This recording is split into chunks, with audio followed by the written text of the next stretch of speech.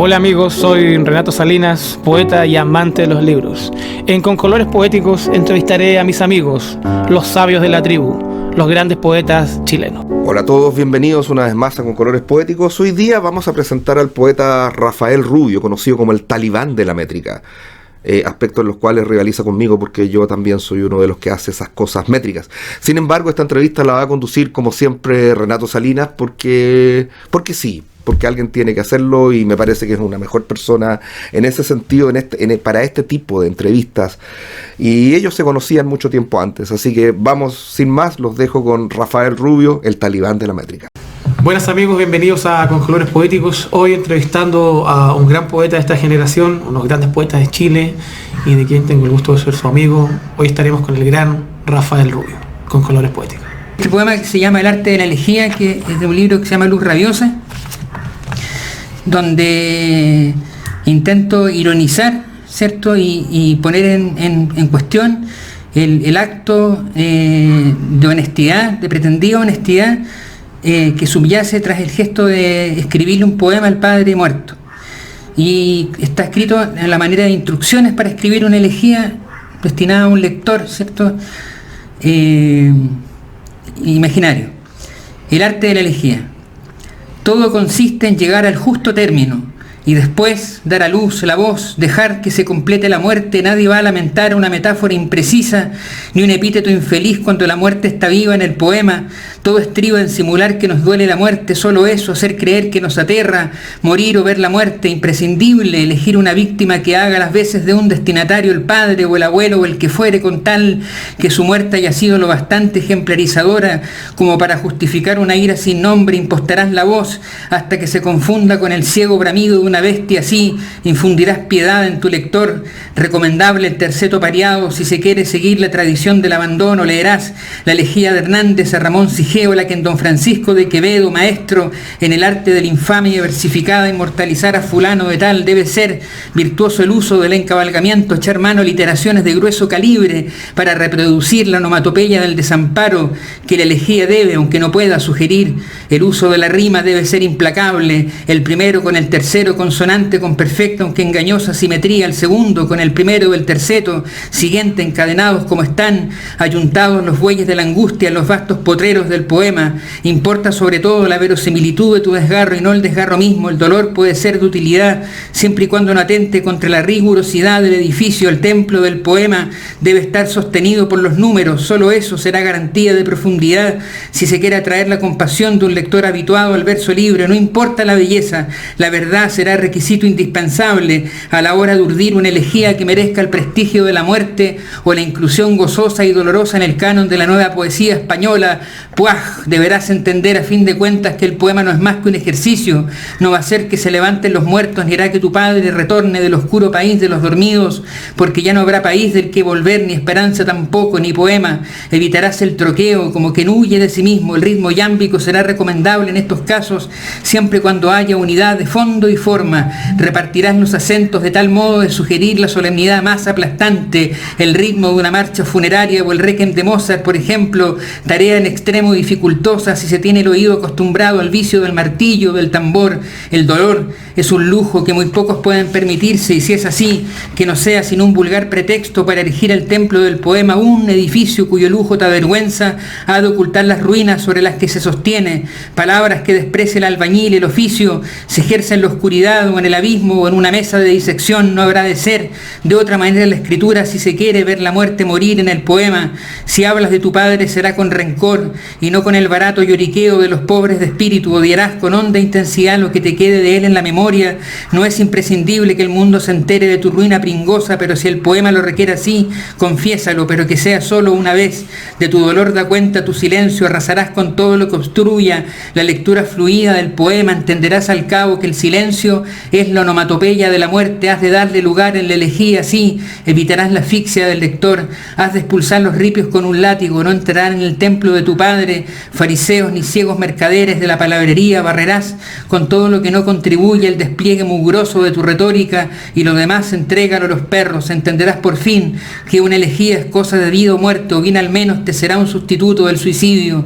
En el arte del corte de los versos es maestra la muerte, deberás aprender de ella si pretendes que tu elegía sea ejemplar, un asunto tan delicado como la muerte requiere tal manejo del oficio que sería necesaria la inmortalidad para aprenderla con éxito o morir.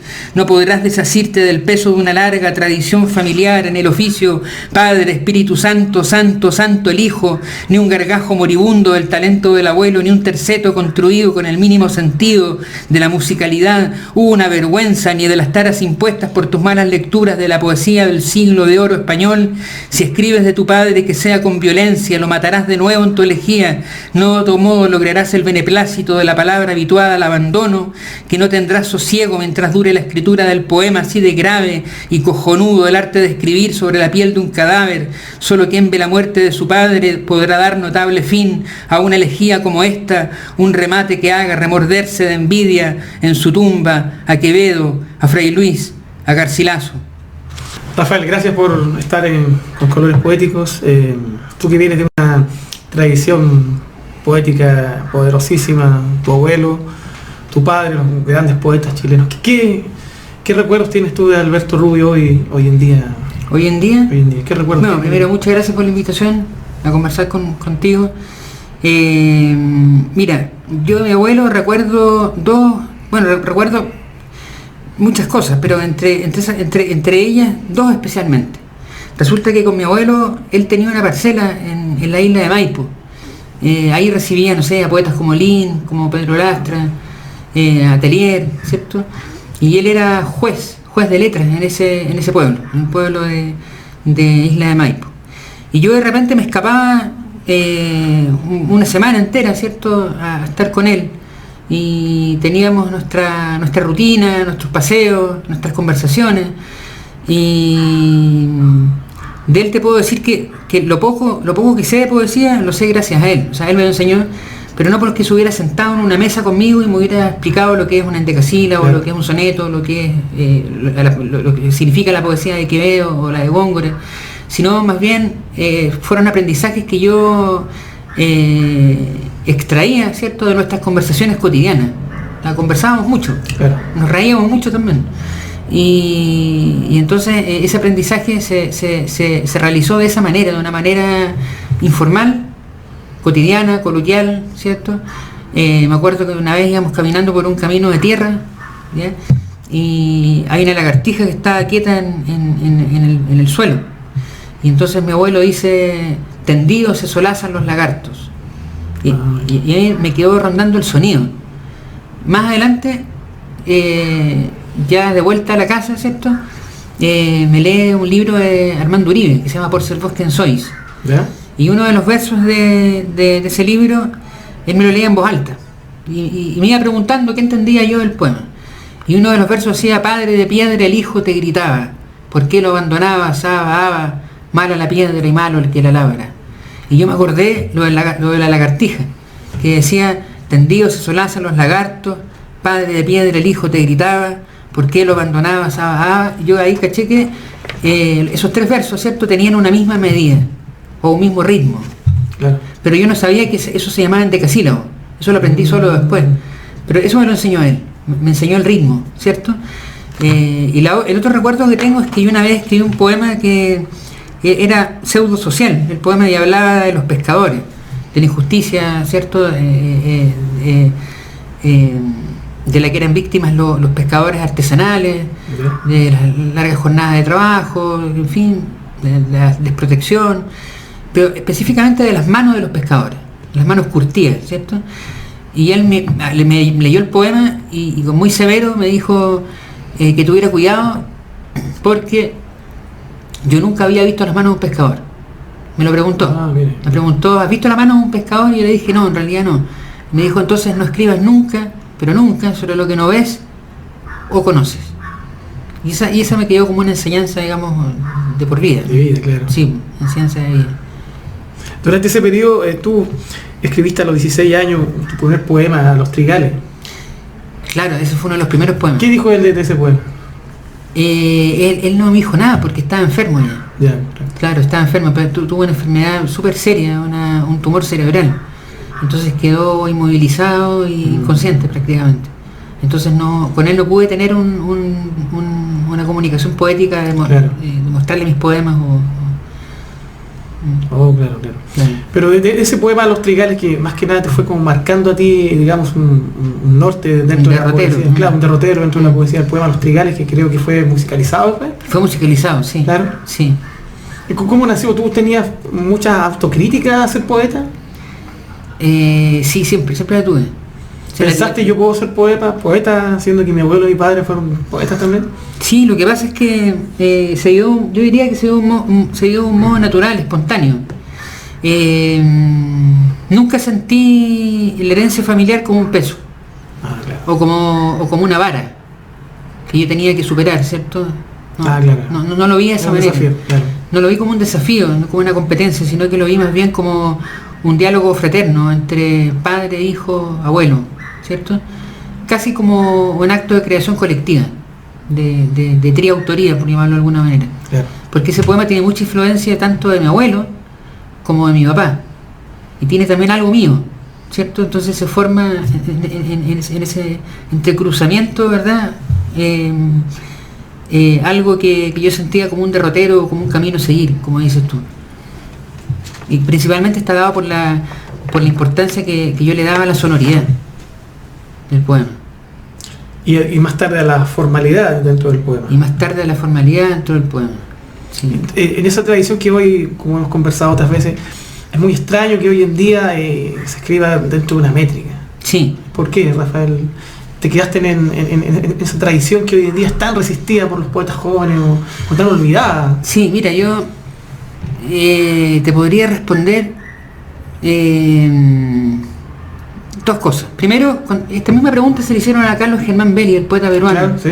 Y Germán Belli dijo que él tenía una personalidad tan disminuida, o sea, tan desvalida, con una autoestima muy baja, ¿cierto? Que sentía la necesidad de refugiarse en formas verbales sólidas. Oh, mira, qué interesante. Sí, como una manera de resolver esa minusvalía. ¿Entendés? Esa es una respuesta. La otra respuesta la da Armando Uribe en un ensayo que se llama El secreto de la poesía. En El secreto de la poesía, Armando Uribe dice que la métrica impone al poeta tal grado de coerción, ¿cierto? De dificultad, ¿cierto? Que ya el solo hecho de hacer calzar una idea, un concepto, en una determinada cantidad de sílabas, o encontrar una rima difícil entre dos palabras que aparentemente no hay rima alguna, que las puede unir, ¿cierto? Que se produce una eclosión del inconsciente. Es decir, una súbita irrupción del inconsciente en el poema, y surgen lo que se llaman los lapsus. Claro. Los lapsus son aquellos elementos del poema que uno no domina, es decir, que aparecen fuera de la voluntad consciente de uno mismo. Entonces son cosas que uno no quiso decir, pero aparecen. Y eso se da mucho más en el dominio de la métrica, y es porque la métrica te impone restricciones. Y cuando tú tienes libertad absoluta, ¿cierto? Como en el mal verso libre, porque hay un buen verso libre, ¿cierto? Que es el verso que aún mantiene una estructura rítmica, ¿cierto? El mal verso libre, que es ese verso que no se sostiene como verso prácticamente, es muy difícil sostenerlo como verso. No hay ninguna restricción que comprima al inconsciente para que ese inconsciente sea de alguna manera eyectado, ¿cierto?, en el poema. Y precisamente lo poético para Armando Uribe está en esos lapsos. Entonces el trabajo métrico a mí me permite esa libertad. O sea, paradójicamente el verso libre no me permite la libertad que me permite la métrica. Es raro eso, porque generalmente se piensa que la métrica es lo que restringe la libertad y el verso libre es lo que impulsa la libertad. Yo creo lo contrario. Claro. Y en ese ensayo tan interesante de Armando Uribe, que hay otro ensayo que es El fantasma de la sinrazón. También. Y donde Pinochet. aparece el capitán general, Capitán General, sí. También dentro de ese ensayo, dentro Sí. de lo que podría ser algo así, sin las formas métricas, que es lo que de lo que estamos conversando, tanto se resiste. Ese ensayo tan interesante, ¿qué diablo hace Pinochet dentro de...? Cuéntanos un poco sobre ese ensayo. ¿Te gustó? ¿Lo encontraste interesante que Armando Uribe hablara del fantasma de un gorila, como se llama dentro de la poesía? El gorila, sí. Bueno, Armando Uribe fue siempre un hombre de izquierda. Entonces, cuando se hace la asociación entre conservadurismo poético y conservadurismo político o ideológico, es una falsedad, porque de hecho la poesía popular chilena, ¿cierto? Si uno se remonta a la lira popular, eran textos que estaban escritos con métrica estricta, y no solo eran poetas analfabetos, sino que también eran poetas cultos. El mismo Carlos Pessoa Vélez publicó la lira popular, y eran textos que eran textos de denuncia, o sea, textos que se escribían desde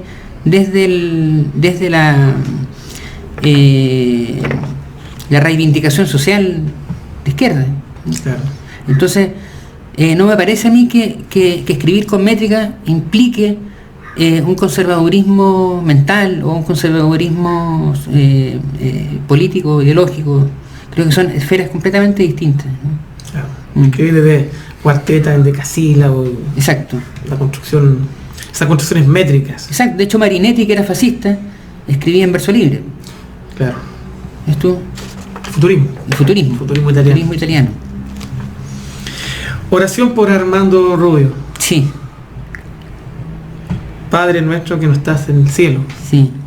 en ninguna parte. En ninguna parte. Sí. ¿Qué? ¿Lo puedo leer si quieres? Sí, por supuesto. Padre nuestro que no estás en los cielos, ni en la tierra, ni en ninguna parte, no nos des hoy el pan de cada día y déjanos tranquilos, que ya con lo vivido es suficiente. Hágase tu mala leche, así en la tierra como en el cielo, y perdónanos la vida, como nosotros perdonamos nuestra muerte. No nos dejes caer del sexto piso, y líbranos de los homenajes póstumos. Amén. ¿Sí? ¿Qué te puedo contar sobre ese poema? Claro, y sobre ese padre Ese padre, que tú sí. alcanzaste a conocer muy bien. Claro. Tengo recuerdos, sí. Tengo recuerdos de mi papá, muy difusos, sí, porque él falleció cuando yo tenía 5 años, pero recuerdo algunas cosas. Por ejemplo, el bautizo poético que me hizo. Una vez llegó a la casa, yo estaba jugando, yo era muy chico, y me dijo: tú te llamas Rafael Rubio Barrientos, me dijo, y las R como que las pronunció muy marcadas. Y es interesante porque en la poesía que hago o que intento hacer, la R, el sonido R tiene un protagonismo muy marcado en relación a las otras consonantes, ¿cierto? O sea, alitero mucho con la R, ¿sí? Y la R para mí tiene que ver con la rabia, con el rencor, con el rumiar, ¿cierto?, de la culpa, con el arrasar también, con el derribar, con el derrumbar, en fin. Yo veo una conexión quizás con el poeta maulino, el querido Efraín Barquero, en relación al padre, que le dice al hijo: hijo, ¿quiénes son esas mujeres que están ahí? Es tu esposa, es mi madre, vuestra esposa, y esos niños que están llorando son vuestros hermanos. Entonces pone el cuerpo sobre la mesa y limpiemos, ¿no? Es como la idea de la comunión, de volver a la idea del padre, de que el padre, en el mismo lugar donde se comía o se compartía la mesa, es el mismo lugar donde se prepara al padre para una despedida. Hay una conexión con un libro que se llama El Enjambre, no sé si... ¿Enjambre? Claro. Sí, sí. Donde hay una relación con el padre también. Hay una relación con el padre también. Sí, en un estilo muy distinto, porque Efraín Barquero era más bien lárico. Claro. Pero el concepto del padre. El concepto del padre, sí. Ese padre que tanto amamos y odiamos y que a la vez tanta falta nos hace, la construcción social de ese padre que está en los cielos, de ese padre que no está, de ese padre ausente, de ese padre muy presente, de ese padre que fue nuestro enemigo, nuestro amigo. A mí se me confunden de repente los padres, porque, o sea, el referente de la palabra padre, porque a veces padre en mis poemas se dirige a Dios. Bueno, yo no creo en Dios, en definitiva, creo no creer en Dios. Y otras veces el padre designa a mi padre biológico, y otras veces designa a mi segundo padre. Porque tuve un segundo papá también que me adoptó después que murió mi primer padre, claro, mi padre biológico. Entonces, cuando digo padre, en realidad puedo referirme a esos 3 padres simultáneamente. Ahí me confundo un poco, ¿no? Ni yo sé muy bien a qué padre me refiero. Rafael, tú estudiaste en la Católica en literatura, te doctoraste en literatura, eres un profesor muy destacado. ¿Qué relación tiene la poesía con la academia? ¿Qué relación tiene la poesía con la academia? Bueno, yo soy muy crítico de la academia, Soy bastante crítico de la academia, pese a ser un académico. pero me molesta el elitismo de la academia que conozco, que es la Academia Chilena, santiaguina. Y escribí un poema que se llama Los Académicos, donde ahí te explico todo. La academia, decía Parra. La Academia. Ahí explico todo, ¿Sí? en ese poema. ¿Has tenido relaciones muy conflictivas con la academia? ¿Con Sí. la academia? Sí. ¿En relación a tu trabajo o en relación a la poesía en general? En relación a mi trabajo, fíjate. Los académicos son los que menos me han leído y más mal me han leído. Y están creyendo, claro, hay mucho paper, mucho laboratorio poético, puede ser, ¿o no? Sí. Escribiendo, sí, incluso sin conocer la obra, ellos mucha intertextualidad y muchas técnicas, sin haber leído a San Juan de la Cruz, a Quevedo, a todo. Sí. Mira, aquí está, dice: graznan rezando los académicos, retorizando sus teorías, con sus posgrados y reposgrados que valen menos que una sandía. Vienen rezando marcos teóricos de construyendo la luz del día, los sacerdotes hiperretóricos que ofician misas para las tías. Vienen rumiando definiciones, redefiniendo lo indefinible. Vienen armados hasta los dientes estos expertos indiscernibles, dogmatizando animadamente sobre cuestiones identitarias, dale que dale con el rizoma, y otras cuestiones innecesarias, dale que dale con el genoma, con la vil lengua tan incesante, con sus congresos de teoría y sus ponencias espeluznantes. Yo me he codiado animadamente con lo más rancio de la academia, me sé las trampas de estos expertos diseminados como epidemia, enroscan lenguas de hipocresía, trafican dientes y desaciertos, rebundan tesis inteligentes sobre isotopos, isotopías. Vengan doctores y postdoctores, los charlatanes de la prudencia, bailen un baile sin resquemores, bailen la cumbia de la existencia, vengan rumiando sus contratesis y sus ponencias en lengua muerta, vengan rezando su catequesis, su testamento con voz incierta, vengan las ratas, rumiando ratas con todo el peso de su indecencia, roen que roen a diente y pata los anaqueles de la paciencia, con la certeza de hallar el centro donde se inventan artes y ciencias, graznan rumiando por fuera y dentro, retorizando sus teorías con sus posgrados y reposgrados, hacen dudosa la luz del día. Eso es más o menos lo que pienso. En breve palabras.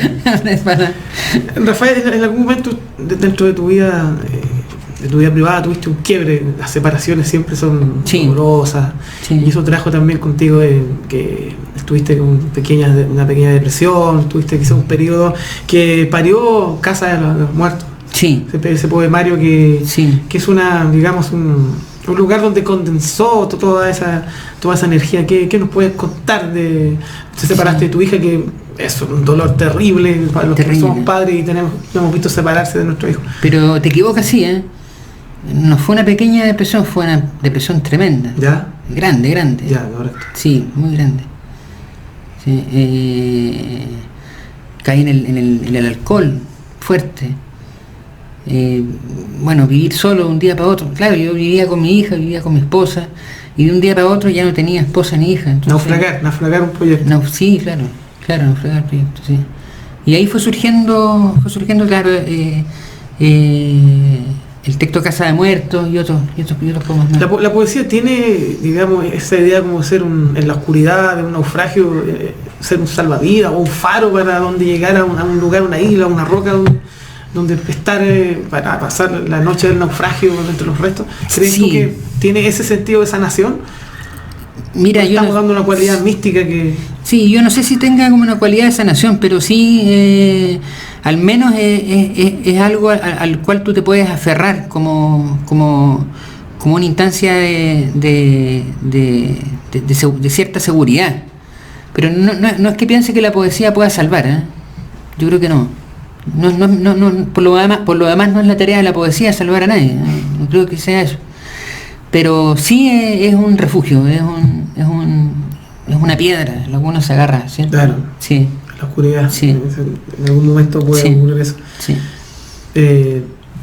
Hoy ya estás mejor, totalmente, eso ya está un poco sanado, esa herida, las heridas tienen una dinámica interna, pero ya está... Sí, yo estoy sanado. Sí.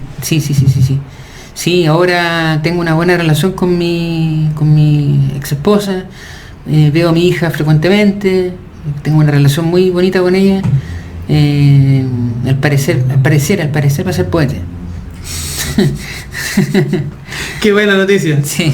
Qué buena noticia. Al parecer va a ser poeta, porque otra vez le pregunté qué era el amor para ella. Y me dijo, el amor, me dijo, es una flor dentro de otra. Y cuando le pregunté cómo me veía a mí en el futuro, me dijo, a ti en el futuro te veo como un demente, me dijo, obsesionado con los poemas, encerrado en una nave espacial, me dijo, llena de basura y con unos lentes cibernéticos donde tú aprietas un botón y aparecen de pronto todos los poemas escritos en el mundo. Qué bonito. Sí, bonito, ¿eh? Mi hija Renata, que tiene 8 años, íbamos en la micro, me dijo, yo voy a ser artista, pero no como tú. Iba ese aviso que dice, prohibido subir con animales a la micro, así que bájate. O sea, el mismo, la sátira que yo ocupo dentro de la poesía chilena, ella la utilizó para pegarme un pequeño corte. Muy bueno, muy bueno. Si pudiera conversar a los jóvenes que están viéndonos, Sí. Hablarle un poco de esos grandes amigos tuyos como Quevedo, Sí. como los grandes poetas del siglo español, ¿qué podrías contarle a ellos? Ellos que encuentran que son fome, que es latente, estos viejos extraños, esos nombres, Estos carcamales. Jorge Manrique, esas cosas extrañas. ¿Qué puedes contarle a ellos que no los conocen, que los ven tan como nebulosas a 10.000 años luz? ¿Qué puedes contarle a ellos? Sí, no, lo primero es decir que tú acertaste en tratarlos como amigos. Claro. Eso es lo que son amigos, ¿no? Amigos con los que se puede conversar, con los que se puede sostener un diálogo. De Quevedo, por ejemplo, que puede parecer un autor muy lejano, ya por su, y Góngora también, por su barroquismo, ¿cierto? Se puede llegar a gozarlo verdaderamente cuando se descubre que nos está hablando de cosas que son actuales, ¿no? O sea, fueron escritas en el siglo XVII, Claro. y sin embargo nos están hablando de experiencias, emociones, sentimientos que experimentamos ahora, ¿cierto? Y que claro, nombramos de otra manera, ¿cierto? Pero siguen siendo las mismas emociones, fíjate. El amor constante más allá de la muerte de Quevedo, por ejemplo.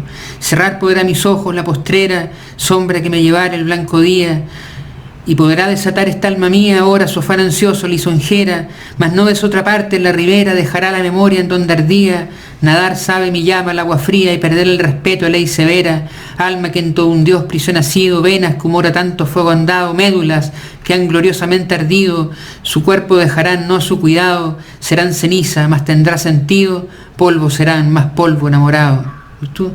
Esta idea de que el amor puede trascender la muerte, ¿cierto? Es una idea Claro. que sigue circulando, ¿cierto? Que seguimos pensando. Tú tienes esa idea de estar constantemente presentándole amigos a otros amigos como el Inca Garcilaso La Vega, el otro Sí. Garcilaso La Vega, El otro Garcilaso La Vega. Quevedo, Góngora y Sí. Juárez de la Cruz. Es un trabajo, porque mucha gente es muy egoísta con sus amigos. No presenta amigos a No otras presenta personas. amigos, sí, no, o se lo guarda, se por lo guarda celo. para esos míos. Sí. Yo esto solamente lo sé yo y muere conmigo Sí. este tesoro. No, la idea es tuya. Sí. Claro, eso es lo plausible de estar rescatando dentro de lo que habíamos conversado de la cuarteta. Sí. de los Ahora, casinos. yo te quería decir algo con respecto Sí. a lo que me preguntaste Claro. delante. Me preguntaste acerca de la métrica. Yo te puedo decir que siento, al menos siento, ¿cierto? Que la métrica en mí cumplió su ciclo. O sea que siento que ya no le veo mucho sentido a seguir trabajando con métrica, pese a las razones que te di, pero ya experimenté con eso. Actualmente estoy trabajando con verso libre, con prosa poética, tratando como de salirme de mi registro que ya me tiene un poco cansado ya, para serte franco. Dentro de la métrica también se trabajaste con el Eros. Con el Eros, el sí. lenguaje realizado como decía Octavio Paz. Octavio Paz, sí, Claro. sí. Y tú, claro, y es una de las grandes desafíos de escribir, porque hoy día es muy fácil llegar y ponerse a garabatear y escribir en las paredes. Sí. Pero es lo más revolucionario sentarse a escribir dentro de una métrica, lo conversamos siempre. Lo conversamos, sí. Claro. Sí. Pero dentro de eso, jugar a ser un niño malo de la poesía es totalmente dentro de la métrica, dentro de los sonetos, de estructuras que hoy son vistas como viejos barcos varados, hundidos, Claro. que están hace miles de años desaparecieron. Y se escribe mucha poesía mala en métrica.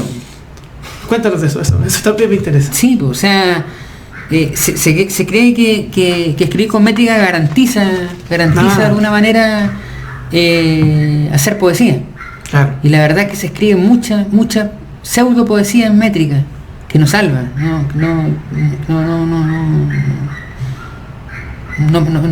No pasa de ser un mero cascarón verbal nomás. ¿Me entendí? Claro. Yo creo que en gran medida el descrédito en que está la métrica actualmente es culpa de los propios poetas que han escrito con métrica. Claro. ¿Cierto? Porque podemos, no sé, hacer sobre todo los poetas neoclásicos, ponte tú, no decían absolutamente nada y escribían una métrica perfecta. Y así. Regidos por el manual de Carreño. Regidos por el manual de Quilis. Claro, Sí. siguiendo los cuadrados. Rafael, tú que eres profesor de literatura chilena, si tuvieras que recomendar ahora a un escritor chileno, partiendo de don Alonso Ercilla o a estos viejos de J. Beche o qué sé yo. ¿Ya? ¿Quién? Carlos Pessoa-Belli. Carlos Pessoa-Belli. Carlos Pessoa-Belli. Hay Ya, que leer a bueno. Carlos Pessoa-Belli. Claro. ¿Algo que recomendar a los que están mirando en la casa? ¿Algún libro, algún verso, algún poema? Sí, en Memoria Chilena ustedes pueden, se meten al sitio de Memoria Chilena de la Biblioteca Nacional, Claro, sí. y están digitalizados varios libros de Carlos Pessoa-Belli, entre ellos Alma Chilena. Alma Chilena que bueno, es su libro, ¿cierto? Claro. Pero también están sus recopilaciones, sus colaboraciones también en la Lira Popular.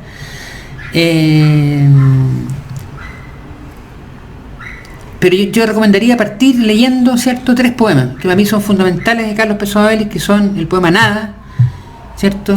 Sí. Nadie dijo nada, ¿verdad? El poema Tarde en el hospital y el poema El perro lanudo.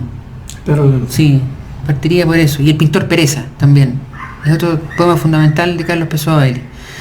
Creo que Carlos Pessoa-Belli de alguna manera preanunció a Nicanor Parra en la incorporación de la oralidad al ámbito del verso, ¿cierto? Y preanuncia también a Oscar Hahn, ¿cierto? A mí me influenció mucho también Carlos Pessoa-Belli. Sí. Actualmente, ¿tú admiras algún poeta actual? ¿Algún poeta chileno actual? Chileno actual. Sí, pues bueno, te admiro a ti de partida. Gracias. Admiro a Germán Carrasco. Y admiro a Juan Cristóbal Romero. Sí. ¿Cómo ves tú la poesía de las nuevas generaciones? ¿Tú ves que va bien o se ha quedado pegada quizás con la antipoesía o hay cosas interesantes? ¿Tú qué crees tú dentro de lo que como profesor, como poeta estás viendo? Hay cosas interesantes, fíjate, hay poeta que se llama Juan Carreño, ¿ya? Que lo encuentro bien interesante porque él utiliza un lenguaje casi coa, como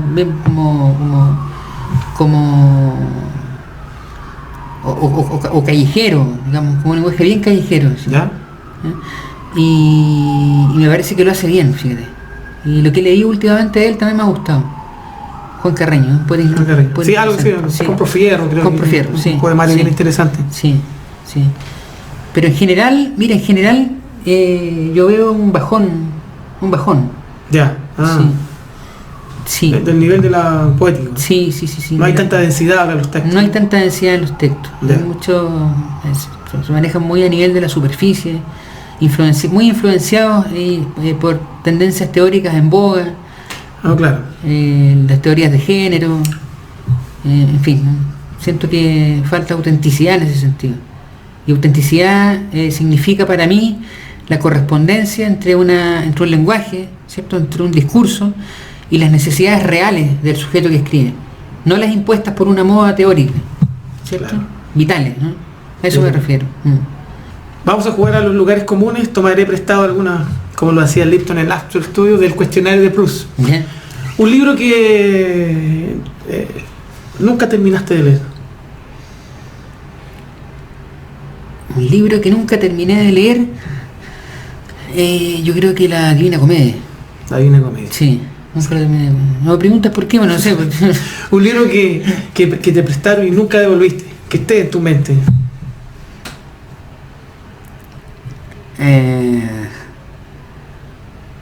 Pucha, eso me va a sonar harto.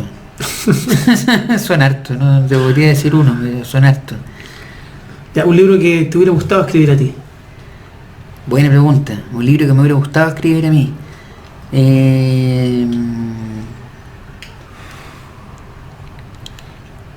Las residencias en la tierra, Sí. de Neruda. ¿De qué poeta te hubiera gustado ser amigo? Letelier, Letelier, sí. Me cae bien Letelier. Asumiendo que el cielo existe, ¿con qué palabra te gustaría que te recibiera San Pedro a la entrada del paraíso del cielo? ¿Con qué palabra? ¿Sí?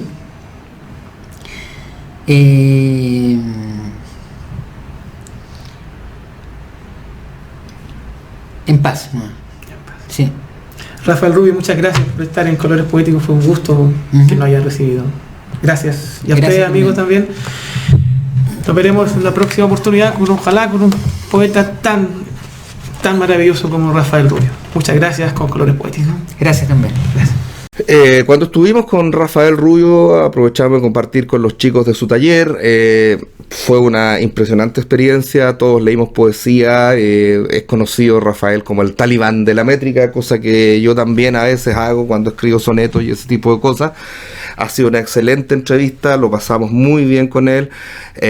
Gracias, Rafael. Y nosotros nos estamos viendo siempre acá en Con Colores Poéticos y, ¿por qué no, también en el canal mío, que es Con Colores Propios, que es un punto de vista filosófico. Y nos estamos viendo a la próxima. Chao.